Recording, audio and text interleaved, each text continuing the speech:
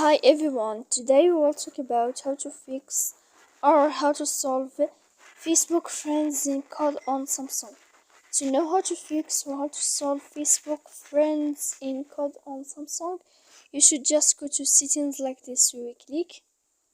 After that, in this page, we go to apps, default apps, app settings.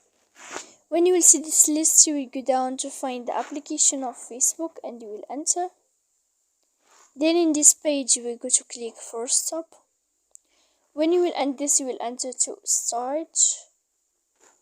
After that, we click clear cache. Then you will go to click clear data. And when you will end all this stuff here, as you see, you can update your application. So please don't forget to support us by like and subscribe. See you next time in another video. And thank you for your attention.